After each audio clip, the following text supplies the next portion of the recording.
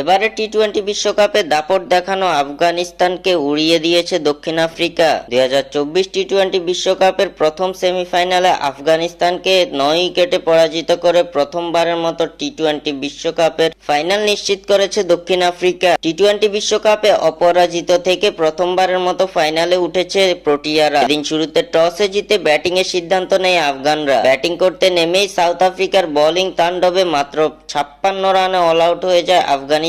মূলত ভারতীয় umpire Nitin মেননের 2 umpires কলের পর ভেঙে পড়ে আফগান ব্যাটিং লাইন আপ, যার ফলে দক্ষিণ আফ্রিকার সামনে লক্ষ্য দাঁড়ায় মাত্র 57 রানের। প্রোটিয়াদের হয়ে দারুণ বোলিং করেছেন মার্কো জেনসেন ও তাবরেজ শামসি। অন্যদিকে 2টি করে উইকেট শিকার করেছেন কাগিসো রাবাদা ও এনরিক নরকিয়া। মামুলি এই লক্ষ্য তাড়া করতে নেমে শুরুতেই কুইন্টন ডিকককে হারালেও রেজা হেন্ড্রিক্স ও এইডেন মার্করামের ব্যাটে 8.5 ওভারেই জয়ের দেখা পেয়ে যায় সাউথ আফ্রিকা।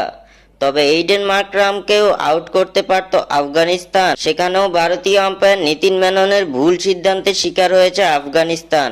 মার্করামের ব্যাট স্পর্শ করে উইকেটরক্ষক গুরবাজের হাতে বল গেলেও নট আউট দেন নিতিন মেনন। তবে রিভিউ নেওয়ার অপশন থাকলেও রিভিউ নেয়নি আফগানিস্তান। এরপর আল্ট্রাএজে দেখা যায় মার্করামের ব্যাট স্পর্শ করেই উইকেটরক্ষকের হাতে বল গিয়েছিল। নিশ্চিত আউটটি রিভিউ না নেয়ার কারণে উইকেট পেল না আফগানিস্তান, যার ফলে 9 উইকেটের বিশাল জয় নিয়ে ফাইনালে উঠে দক্ষিণ আফ্রিকা।